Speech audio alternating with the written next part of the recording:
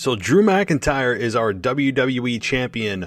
Once again, we get an awesome WWE Tag Team Championship match, and Lana goes through a table for the 9th time. Let's get your Raw review underway right now.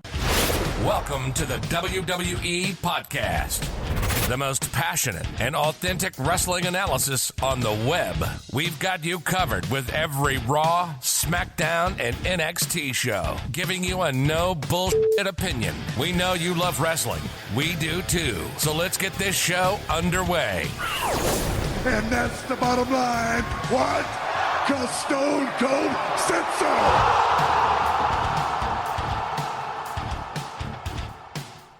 Alrighty, everybody, and welcome to your Raw review right here on the WWE Podcast. What a show. There are certainly no shortage of talking points tonight as we get the final Monday Night Raw before Survivor Series. So welcome, everybody. We've got a lot to talk about tonight. We've got a lot to really get off our plate, and it really has to start with Drew McIntyre winning the WWE Championship from Randy Orton last night. And it certainly shocked me. You don't, number one, all the time see a WWE Championship match on Raw, or a Universal Championship match on SmackDown on free TV.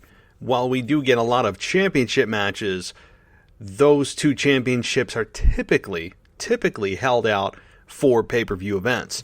But last night, Randy Orton lost clean to Drew McIntyre, and I'll put it shortly, I'm pissed. There are some good things, and I put it very bluntly for you guys about how I feel. I'm not happy with this decision, and regardless of the path they take, I don't see the overwhelming positive coming out of this. I see a short-term positive. But it's a flash in the pan and an example, once again, of WWE not playing the long game with anybody. Nobody is immune from WWE's short-term, flash in the pan, lack of real long-term booking strategy. No, they just do not believe in this. And I'm flat out pissed about what they've done here.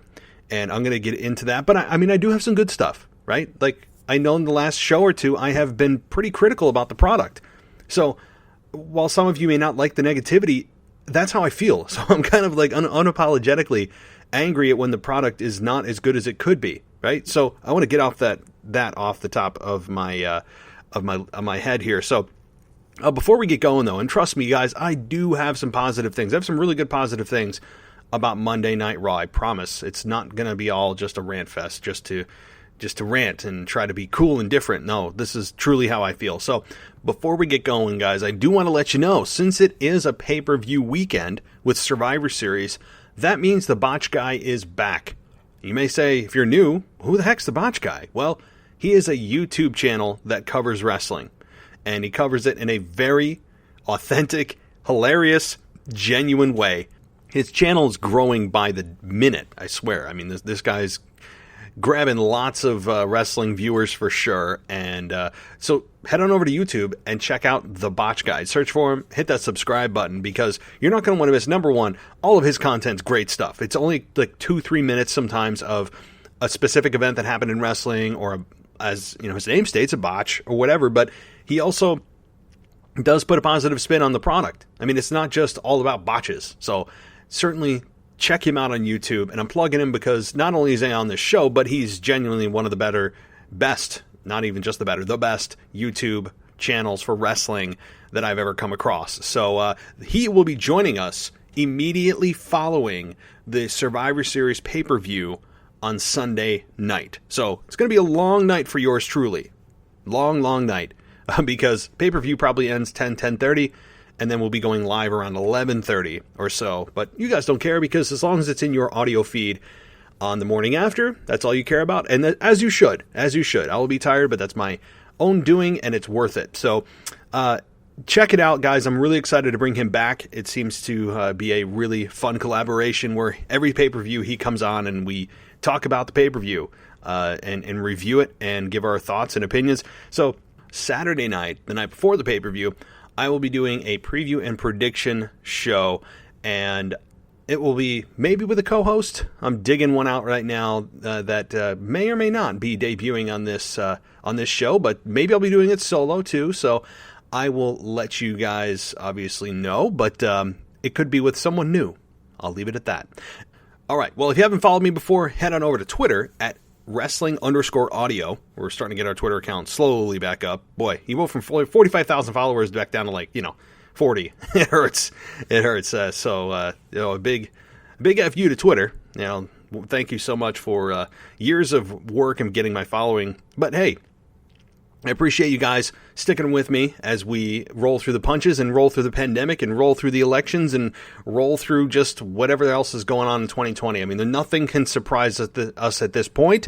It is, maybe lockdown 2, right? A lot of places going into lockdown number 2. We'll see if it's in your state or whatnot, or if we do have a new president starting January 20th, if that national mandate of a lockdown will happen. But regardless, this show isn't stopping. So I don't care what happens with you being in your home, being at work, can't go here, can't go there. We all run out of toilet paper again. This show will be here as long as there is a WWE product. So certainly don't worry about this show going anywhere, regardless of what happens in your life or the politics or the nation.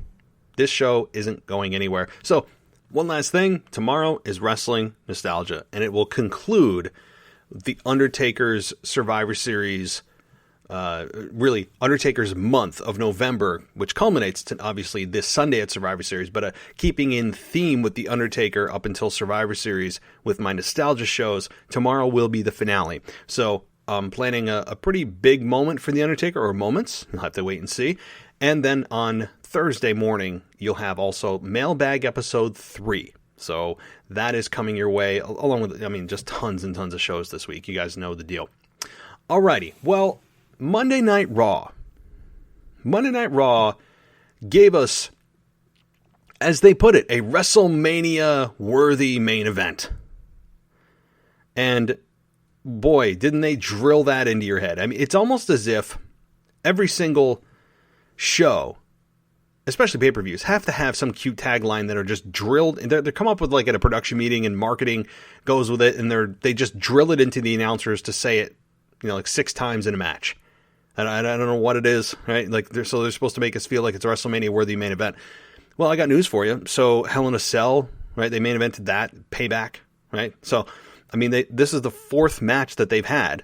So you would think, yeah, okay, well, they had a WrestleMania main event-worthy match at every single time that they've met, but hey, I guess Monday Night Raw was different. But you know what? Let me give them credit where credit is due, because we're going to get to the outcome in a minute, and I'm trying to build you up with positivity before I shatter it. The production and the goal of making this feel big time was a success. The production team put together a really nice video package paralleling Drew McIntyre's career and Randy Orton's career. They did a great job of telling you their story, their shortcomings, how they met, their previous encounters. It was well done, and it really did feel like I don't even say WrestleMania main event. Let's be serious. It felt like a pay-per-view worthy main event, not WrestleMania. That's in its own stratosphere. But they did a really nice job. Production did a really, really nice job. And the announcers. Everyone just did a nice job. And opening the show with Drew and Orton was really well done. There was certainly... I certainly have no complaints about the way Raw opened and the way Raw built throughout the show to the main event. So I like that structure, right? That is something I really like, and I don't feel like I get enough of on Raw, where it keeps you hooked. It makes you want to see what happens. It makes you understand the story. It makes it feel like if you don't watch it, you're going to miss out. You don't get that a whole lot on WWE programming. You just don't. So that feeling that I got throughout the show was something that I often don't feel, even though I've seen these guys face each other 3 times before. So, kudos where they are due. The build was great. That is how you build a main event for Raw. I would venture to guess that I haven't seen it yet, but the ratings are probably up in the 3rd hour of Raw, I would think, especially if you look at the main event specifically, minute by minute. I would suspect that they are. It was just really well done, and the formula is what I loved here. That's really what I'm complimenting. The formula. Great. Really, really well done. So that's a good thing. Another good thing was the match itself between Drew and Randy. It was exactly what you expected. I mean, was it blowaway? No, but it was good. And it's what you'd expect, just a good to very good match that you would expect from these two professionals. And Randy Orton certainly took some bumps in that match, didn't he? I mean, Randy Orton took some table bumps that looked really like tough. And it's amazing, right? Randy Orton, as Drew McIntyre slams him through a table twice, couldn't make the table break, yet Nia Jax and Lana could. So, I mean, Nia Jax is 9 for 9 with Lana going through a table with no mishaps of the table not breaking. So maybe it's the angle or the weight and the side of the table she's hitting on. I don't know the physics behind it. But it's interesting that the table didn't budge an inch for Randy Orton twice after McIntyre literally threw him through it, or tried to. In Nia Jax, it goes through like a hot knife through butter. And Lana, I don't know. Maybe Lana is the table's kryptonite. I don't know. But certainly it looked rough for Orton. I mean, he took a table bump on the outside, the 2 table, through the wooden table, but then the 2 table bumps on the announcer table looked tough. I mean, it just did. And McIntyre missing the Claymore 3 times, only to hit it for a 4th time. And good night, the lights. Randy Orton is looking up at the lights, flat on his back for the 1, 2, 3. And Drew McIntyre is your new WWE Champion. So, before I get into my I'll call them passionate, because that's what we go on here. Before we get into my very passionate and real thoughts on this, that is seriously coming straight from my heart, I want to give you others' explanations as to what could be going on. And this one is from Dave Meltzer. Everybody knows who Dave Meltzer is. He's from Wrestling Observer Radio, a very respected, I guess I'd call him journalist, although hated by many in the wrestling industry, and really many by listeners, fans of wrestling in general. I mean, he is kind of the very bipolar, kind of trending heel, leaning heel, quote, journalists in wrestling. I mean, he's one of the originals. And here's what he said. So again, take this for what it's worth. He has certainly earned his living doing these things and reporting on wrestling, and he does have some credibility behind him. So, for whatever you look at Dave Meltzer's words for, I'll tell you what they were. So, he provided an explanation as to why the title change took place right before Survivor Series. Meltzer said that the company had nothing for the pay-per-view. This is from Dave Meltzer. Randy Orton and Drew McIntyre had faced off on numerous occasions already where Drew won the matches. This is why Orton won at Hell in a Cell. Ultimately, the company wanted a heel versus face match at Survivor Series. He noted that Randy Orton versus Roman Reigns would have been a nothing match, a quote, nothing match at Survivor Series, with both competitors being heels, and fans would have cheered for Roman.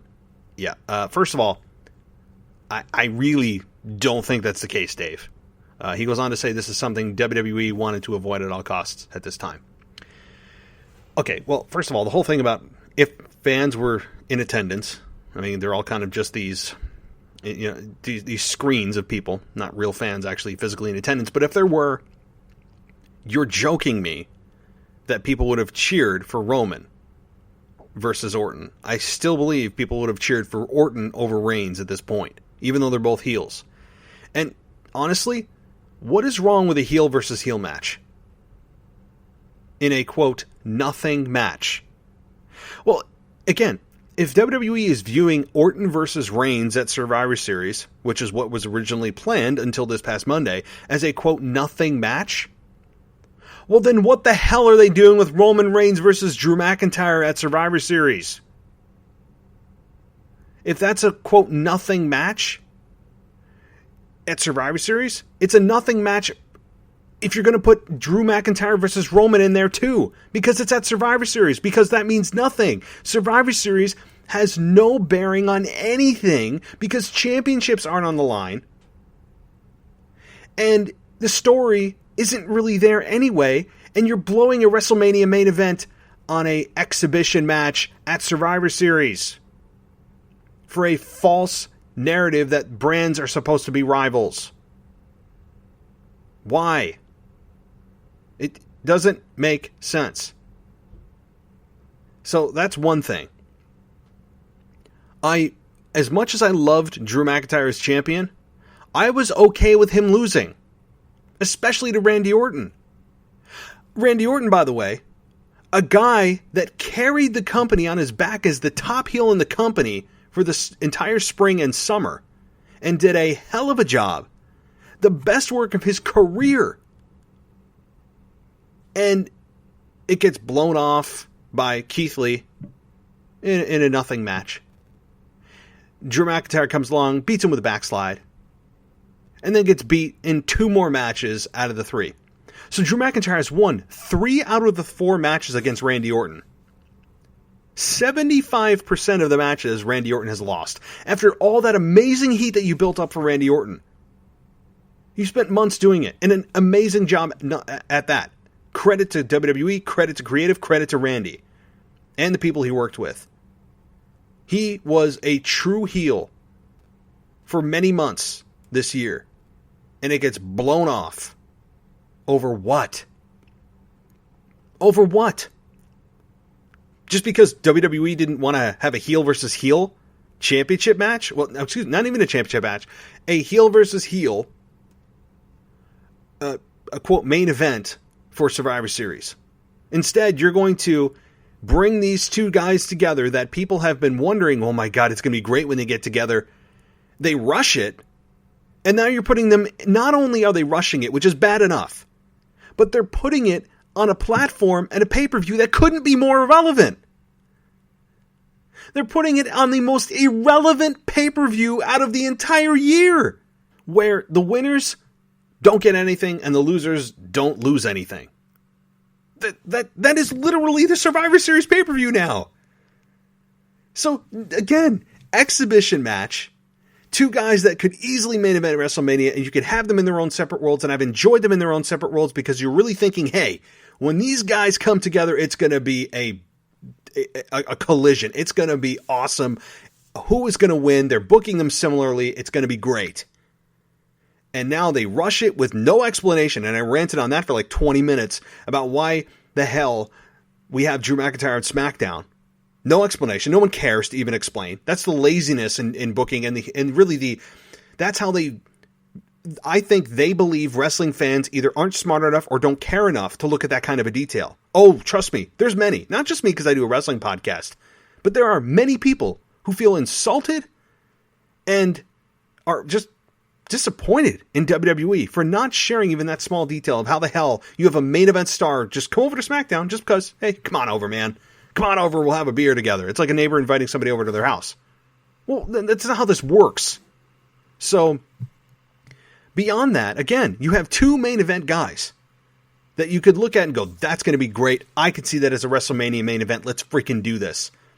And maybe they teased it a little. I was pissed about him coming to SmackDown, but I thought, hey, they're playing the long game. Orton is going to retain, and then we'll have McIntyre win the Rumble. He'll choose to face Roman Reigns, rather, for the Universal Championship at WrestleMania, and boom, there's your match. Pretty simple, straightforward over the next 5 months. But nope, just like in WWE fashion, they feel like they, quote, had nothing in a nothing match with Orton and Reigns. I think that could have been awesome. When is the last time Orton and Roman Reigns had a match against one another? It's been a while. Yes, it's happened. Yes, it's happened. But not at this stage in their career. And I'm totally for a heel versus heel. Totally for it. Because it doesn't happen that often. And it makes you interested because maybe you are trying to figure out, well, deep down, who do you really want to win? It's an interesting dynamic. You know, if this is truly a nothing match, the whole pay-per-view is a nothing pay-per-view. How about that, WWE? You ever think about that? The way you've structured Survivor Series now, it's literally a nothing pay-per-view. So, oh, good Lord. I mean, I'm pissed because Drew McIntyre, a guy, as I said, I love him as champion. I was fine with him losing. It felt like it was time for him to lose. He lost. And then finally lost. I would have had him lose the first time against Orton, but that's neither here nor there. He's back as champion. Kind of makes me groan. Like I like him as champion, but I liked him in chase mode better. Babyfaces are almost always better in chase mode. And then the even worse side of this is that you have Randy Orton, a guy that was your top heel. And in some ways, I guess you could say still is, on, especially on Raw. Not as a company. I think Roman has surpassed him in terms of heat. But a guy that really is Randy Orton, a top talent, a top heel. All his heat is gone now. I mean, the fire isn't just kind of petering out. It's out. It's out. It's gone. You know what this also does when you look at it? It also makes me angry that when Edge comes back, he's not going to be facing an Orton that is as hot as he could have been. I wanted Randy Orton to be just a guy that you literally were angry at seeing his face every single Monday night because you knew he was going to get away with murder. You knew nobody could touch him. He was constantly hitting and being able to evade getting his for months and months and months, and Edge comes back and puts a stop to it. So I don't know if also they looked at this and said, hey, we don't need Edge and Orton in a championship match. Let's take the belt off Orton and get it off him quick. Well, again, I don't know when Edge's return schedule is. If Edge's return is sooner than later, and they don't want it for the championship, I mean, I guess. But there's still ways that you could have gone around it. You could have had Edge cost Orton a championship match. That way the belt's off Orton, and now it's just a personal rivalry between the two. But for them to do what they did, for the reasons they did it, you talk about a short-term gain for a long-term loss. I mean, this is a perfect example. It's almost as if, somebody comes to me and says, hey, man, what would be the worst thing you could do with Randy Orton and Drew McIntyre heading into Survivor Series? I would say Drew and Orton, Drew wins the championship from Orton and goes on to face Roman Reigns at Survivor Series, because that's not where that match should take place. It should not take place at Survivor Series. I am a patient fan, but WWE goes through and just burns through their stuff so quick. They burn through their stuff so quickly. Is there such thing as long-term anymore? Do they have any discipline with their own rules of a draft? I'm serious. I'm just really not happy about this. Really, really not happy. I'm sure fans are happy today that Drew McIntyre is champion again. And yes, we do get Reigns versus Drew at Survivor Series. Yes, I'll watch it. Yes, I'm interested. But you're getting a quarter of what you could have gotten if you built this correctly, which already started last week on SmackDown. Albeit stupid that McIntyre was there with no explanation. But if that's what you were building towards to WrestleMania, if that was the goal, I was on board for it. And they rushed it. For what? To say that they have a more traditional main event of heel versus babyface for the quote main event of Survivor Series? It makes no sense. To me, the main event of Survivor Series isn't even a match. You know what the main event of Survivor Series is? Undertaker. And The Fiend attacking The Undertaker, which I believe is truly what's going to happen. Spoiler alert. I could be completely wrong. And if I'm wrong, I've been wrong for about a year and a half, because I've been calling for that for a year and a half. That we had The Fiend attack The Undertaker at Survivor Series. It makes sense. It would be Undertaker's perfect send-off. Win, lose, draw, good match, bad match. We call it a day and give WWE that marketing for the next 5 months to get subs, to get interest, to get people talking on social media. Why not give WWE that heads up and have him give back to the business? Why not? Right? That is a perfect way to do it and go out and lose to The Fiend, which I think he will.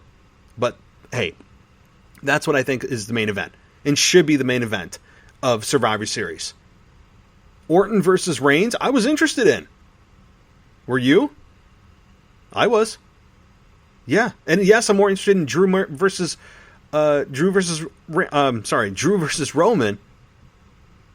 But the story was not nearly fleshed out enough for me. And you're doing it during a match, in a pay-per-view. That means nothing. It's the worst possible scenario.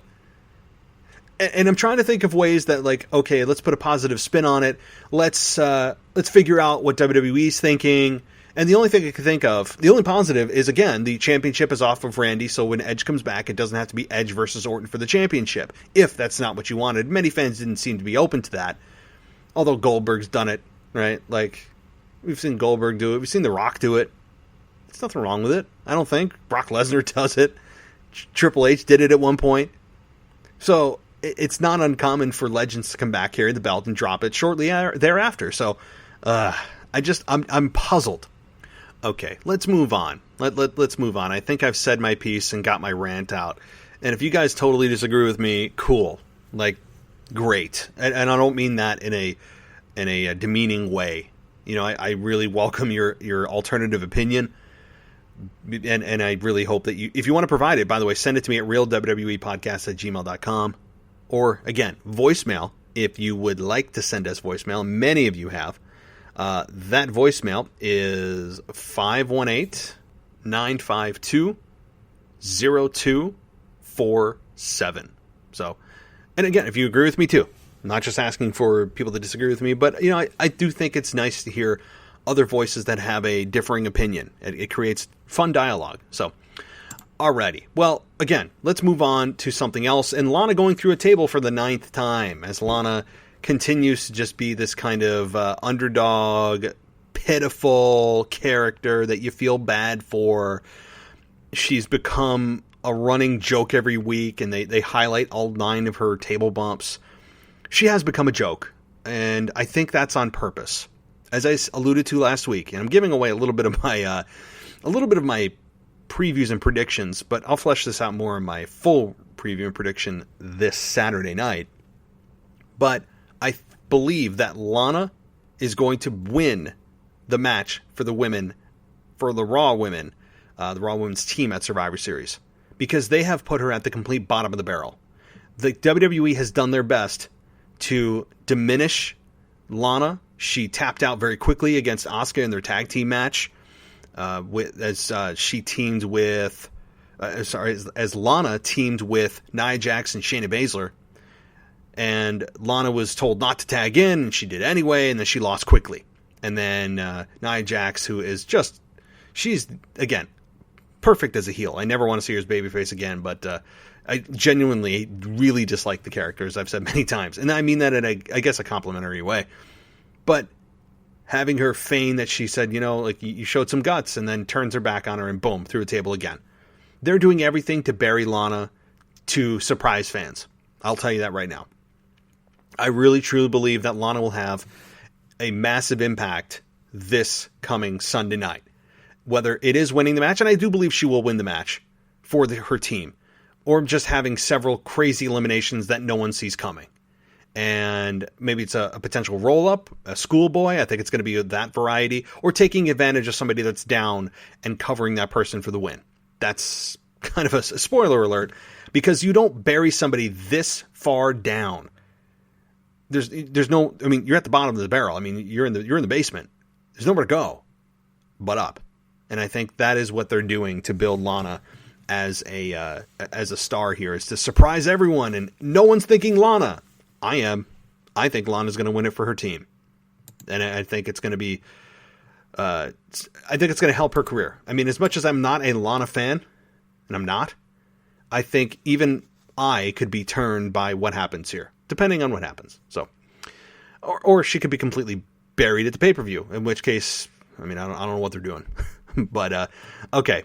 Moving on here to, let's see, Retribution's, I can't believe I'm still talking about Retribution. Retribution's Reckoning, who took out Dana Brooke. I think that tells you where Reckoning stands in the minds of creative, in the minds of Vince, and in the minds of fans, ultimately. When you have Retribution, a group that was main evented and premiered in several video packages for weeks and weeks and weeks and weeks, telling us how crazy they are and how wild they are, and then WWE awards them contracts for throwing cinder blocks through their windows and destroying their power grid, because that's how companies work, right? And then they award them contracts, give the money to this group that yet was talking about the greed that people were taking WWE's money, so there's a lot of hypocrisy and just not thinking through this angle whatsoever.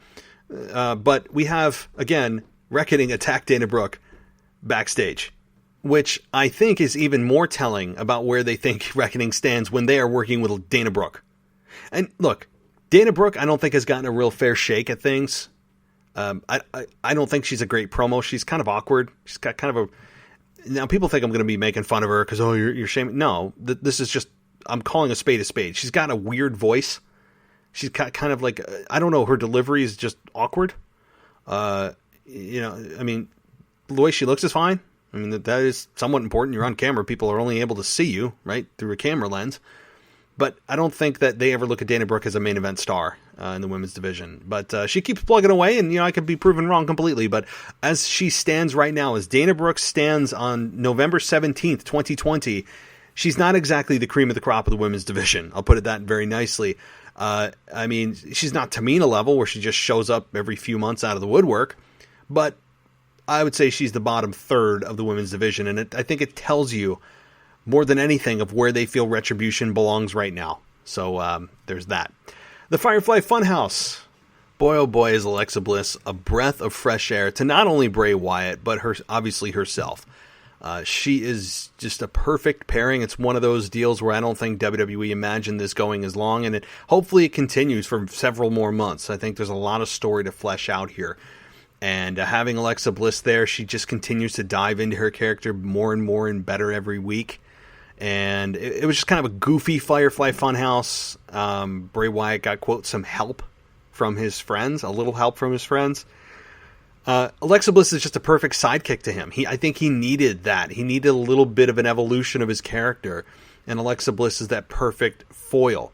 And I'm really a fan of what she's done, adding to his character, adding to her character more than just the talking co-host, coffee-sipping, inside joke, little Mean Girls duo that she had with Alexa Bliss, or with Nikki Cross, who, by the way, continues to try to talk the hypnotism out of Alexa Bliss, who just attacked her. I mean, Alexa Bliss snapped on Nikki Cross, and they were pulled apart by Adam Pearce, and then it was kind of, I don't know, Adam Pearce is just apparently the de facto Raw and SmackDown GM. We never really got an explanation as to how Adam Pearce came to be. We were all just kind of just blindsided, or not even blindsided. I would say kind of he slowly crept up on us. And now all of a sudden he's now the head authority figure of both Raw and SmackDown. But I think sometimes an authority figure is needed. So there is that. But as far as the Bray Wyatt went, he actually ended up in a match with The Miz for, well, not really anything on the line, but Bray Wyatt started to not sell a lot of what The Miz was doing, and it was shades of The Fiend within Bray Wyatt. I didn't have necessarily a problem with that. I liked some of the looks he gave The Miz, and Alexa Bliss smiling and kind of just that evil smile she's got naturally. I mean, Alexa Bliss smiling naturally sometimes has an evil kind of undertone to her, and that's a compliment. I mean, I'm not saying it's a bad thing. But John Morrison, who looked like he was going to get involved at one point, Alexa Bliss attacked him and put him over the barricade and took him out. So perhaps we're supposed to believe that a 110-pound female taking John Morrison out over the barricade takes him out for the next 5-6 minutes, but yet in a match, something like that, he would sell for 2 to 3 seconds. I guess I'll go with he hit his head on the concrete floor. Like, I'll go with that to fill in the gaps, so to speak, of some of the missteps. But again, micro step, I'm nitpicking. And the match between those two was fine. I mean, there's not really anything to say about it. It was really a means to an end. It wasn't really, it didn't have a purpose of in itself. Like the Miz losing or winning, or I'm sorry, the Miz losing wouldn't have really affected the Miz's character whatsoever, because the Miz at this point is so vanilla, and Morrison is so vanilla that either of them winning or losing, I don't care about. They are, to me, in the kiss of death stage. Does anybody else feel like this for Miz and Morrison? Where Morrison feels like he's about 20 years too old to be acting the way he does. And the Miz hasn't evolved since he walked into the company. He feels like the exact same guy. I have no feeling for them whatsoever. Even seeing them get their ass kicked, I'm just kind of like, I go, that's my actual reaction. I know you can't see my face, but it's a very apathetic kind of, ho-hum. Okay. When you hear, I mean, honestly, it's almost becoming a Stephanie McMahon type of reaction for the Miz's music. When I hear awesome, I just go, because you know it's going to be their just silly kind of high school humor that's supposed to be annoying, but it's not really heel heat, because I don't care if they win or lose. So that's how you know it's not real heel heat, because I'm apathetic, and they're just there. And they're the foils for the baby faces to go over on. I mean, it's just, they don't do anything for me. And now the Miz has got the Money in the Bank briefcase. So there's that. Yay. I mean, I feel nothing for these two. Does anybody even have a small vested interest in Miz and Morrison? Genuinely have some interest in this team? Or feel anything for them? The answer is no. Okay. Moving on to something really good here. The Hurt Business versus the New Day for the Raw Tag Team Championship. Really good match here. And look, and I stand by what I've said, that a story is way more important than what happens in the ring.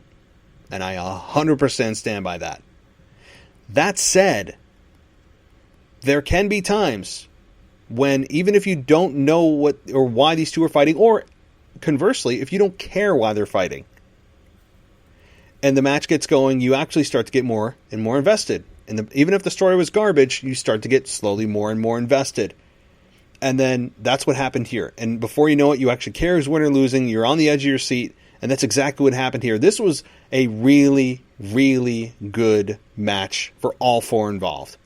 Having New Day retain made total sense. I don't think there would have been any reason whatsoever to have the Hurt Business, Shelton Benjamin and Cedric Alexander again taking on Kofi and Xavier.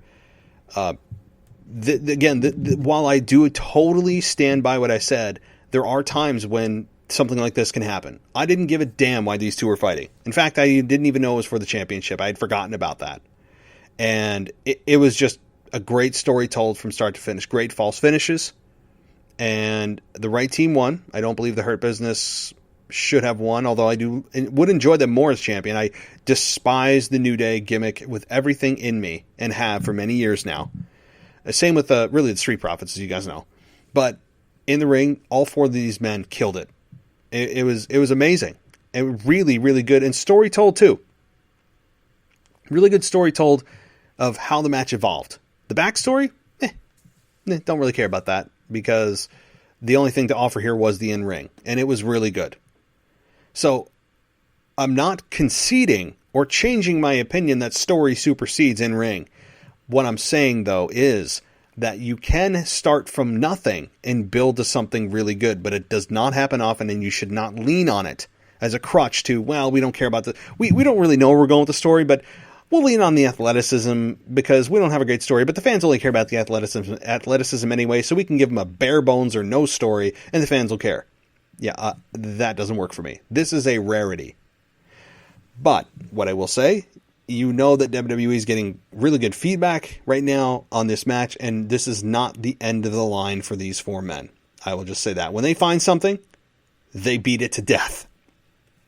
And they found something here with these 4 men, which means this will be a match that in a couple of months we're going to say, oh my God, these guys again? Because WWE doesn't know when to quit. So get yourself prepared. Enjoy it while it still seems fresh and new. It's like the butterfly phase of a relationship. It's all fun and games, and then all of a sudden you're realizing, oh, that kind of annoys me. This kind of annoys me about them. That's what's going to happen here. They are going to beat this until it is a corpse. So enjoy it while it feels fun. All right. Moving on, though, to Team Raw versus Retribution. So AJ was sitting this one out, so it was really 4-on-4. The story here was the same story that is told by every single Survivor Series build, and that is, can the team of Raw or SmackDown coexist? They have so many issues. Oh my God. It's the same thing. And the stupid team captain thing. I mean, it is just it's a scientific fact that those two things are what WWE will focus on every single Survivor Series. And this one is no different. And really, this match, it was just a means to an end to have this team get mad at one another, and it breaks down, and AJ goes, oh my God, I'm the team captain. What do I do about this Sunday? Retribution got the win, but it was because of really a distraction. Mustafa Ali got the pin on Riddle from a roll-up, of all things, of course. So Mustafa Ali gets Retribution the win, albeit a very cheap and non-value adding win for the group that desperately needs wins if they're going to do anything with this sham of a storyline. I mean, I would love to get one or two of these guys, if they were out of WWE, if they were fired tomorrow, I'd love to have them on the show and be like, what were you told by management when this idea was brought up? I would love to know that answer. What was their end game? You know what the answer is? I don't think they had one. That's exactly what I would get. Oh, Lord. Okay. But again, good showing for Keith Lee, who continues to be the star here. Certainly a really good showing for him. Riddle, we say Matt Riddle on the show. Matt Riddle was good in his role. He really comes off just like kind of a doofus when he's on the mic. I'm not a fan of Matt Riddle on the mic. He's like a heel on the mic and a babyface in the ring. That's how I feel with Matt Riddle. If he comes up with one more stupid stoner nickname, I'm just going to turn off the TV. Or not, who the hell's on the TV? What are we talking about? Our smartphones. That's how we all watch stuff, or a tablet or whatever. But I mean, he literally is a heel on the mic and a babyface in the ring because he is really good in the ring. His entrance music is catchy. I don't like the whole flip my sandals off thing, but anyway. Okay. Moving down the line here, we did have some breaking news. We have Mandy Rose and Dana Brooke have been removed from Team Raw. They are going to be replaced by Lacey Evans and Peyton Royce. So, interesting development. I just actually saw this. I don't know how I missed it. It was not included on the Hulu version of Raw, and I missed it in the notes. So, Peyton Royce and Lacey Evans certainly get an opportunity here to be in the spotlight. I'll give more thoughts on that on Saturday. And then, of course, we get to the main event where Sheamus presented Drew McIntyre with some kind of sword. I don't know if it was like a family gift or some kind of legend brought down through the ages of Scotland. I don't know. Who knows? I mean, also we had a big chest of sorts. It was like a big treasure chest that Sheamus presented Drew McIntyre with. That had some clothes and stuff in it. I'm interested to see where this goes with Sheamus and Drew. I would think these two are on a collision course because they're so friendly right now, especially with a heel and a babyface being so friendly with one another. The heel is bound to turn on the babyface, even if they're friends. So it's going to happen. I think that's a nice pit stop for Drew McIntyre. And Sheamus, maybe he interferes this Sunday. Maybe. We'll have to see what happens with that. But we certainly don't need another Randy Orton, Drew McIntyre match. I don't think that's what's going to happen. I could see Sheamus costing Drew McIntyre the match. That is what I think could possibly happen. Hint, hint, wink, wink. Boy, talk about burying the lead. I can't even keep my mouth shut. But it's interesting. And we had him come out also in like a kilt and a sword. And then, hold the sword up. It reminded me of Brock Lesnar's tattoo. Right? It's like a living, breathing, live tattoo that Brock Lesnar has on his chest with the sword pointing on his neck. It's exactly what it was like for Drew McIntyre, living it in real life. But, I mean, it was fine, it's whatever. I don't really have a whole lot of thoughts other than this is going to end badly for Drew McIntyre, as Sheamus does probably cost him the match at Survivor Series against Roman Reigns. So that is my Monday Night Raw review, guys. I hope you enjoyed it. I do try to cover everything, even things that aren't on the Hulu version of Raw. I'm scrolling through my notes to make sure I really didn't forget anything. AJ's associate he finally spoke. By the way, he speaks English. AJ didn't know that. And he said, I have so many questions. It was actually kind of funny. Of course, everyone stands in their single file line so the camera can perfectly pick them up. And because that's how we talk to people is, out of the side of our eyes. Right? We don't face to face because it wouldn't be good for production. It's just so silly. But nobody cares. Again, it was a solid Raw to build to the pay-per-view on Sunday night with Survivor Series, but I am still just so heated and seething over this decision to put the belt back on Drew, not give Randy Orton a proper run as champion. He's been champion for a few weeks, and they drop it back to Drew. It just shows you the disarray that WWE has and the lack of long-term booking.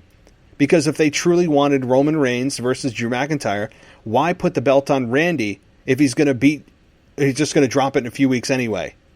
Doesn't make any sense. And then you have Randy Orton lose 3 out of 4 to Drew McIntyre. Whatever happened to building heel heat? Is that a thing anymore? Or is WWE afraid to go that road to, we don't want to, our mission is to put smiles on people's faces. We don't want to make them angry. Grow a pair. That's what I would say. Grow a freaking pair. Just, okay. I'm going to go on another rant that you guys don't want to hear. So, with that, I will say thank you so much for listening. Again, guys, I will be back tomorrow with your wrestling nostalgia as we close out the Survivor Series Undertaker tribute. It'll be Undertaker focused. And by the way, if you haven't seen the Brothers of Destruction documentary, there's like a 45-minute documentary with Kane and Undertaker sitting down. It looked like in some closed auditorium or something where they just talked about their careers and when they finally got together and all that. Is really, again, well done. Every documentary WWE does seems to be like award winning. And it's really good. Which, by the way, one last thing.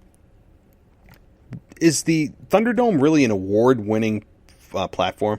I mean, every time it's opened Monday Night Raw, which every time we have to open Raw, we always have to say, welcome to Monday Night Raw. Even Drew McIntyre isn't immune to that. It's stupid. But is the Thunderdome really an award-winning? Is it really award-winning? Or are they just saying that? Because, who's going to fact-check them on that, right? We're just going, yeah, probably, who cares? No, I think about these things.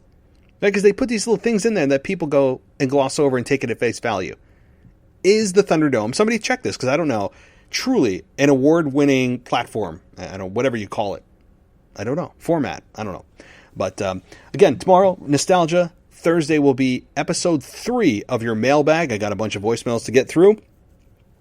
And, of course, the NXT review from Zach Smith. Friday is your rivalries. And Saturday is your New Japan Pro Wrestling SmackDown review and your Survivor Series preview and prediction show. 3 shows in one night coming to you Saturday. Sunday is your Survivor Series review, Sunday night, late Sunday night, and then Monday will be something maybe something new, but I'll get to that in the coming days. So, with all of that said, I hope everyone is enjoying their morning, evening, afternoon, or night, and I will be talking to everybody very soon, so take care.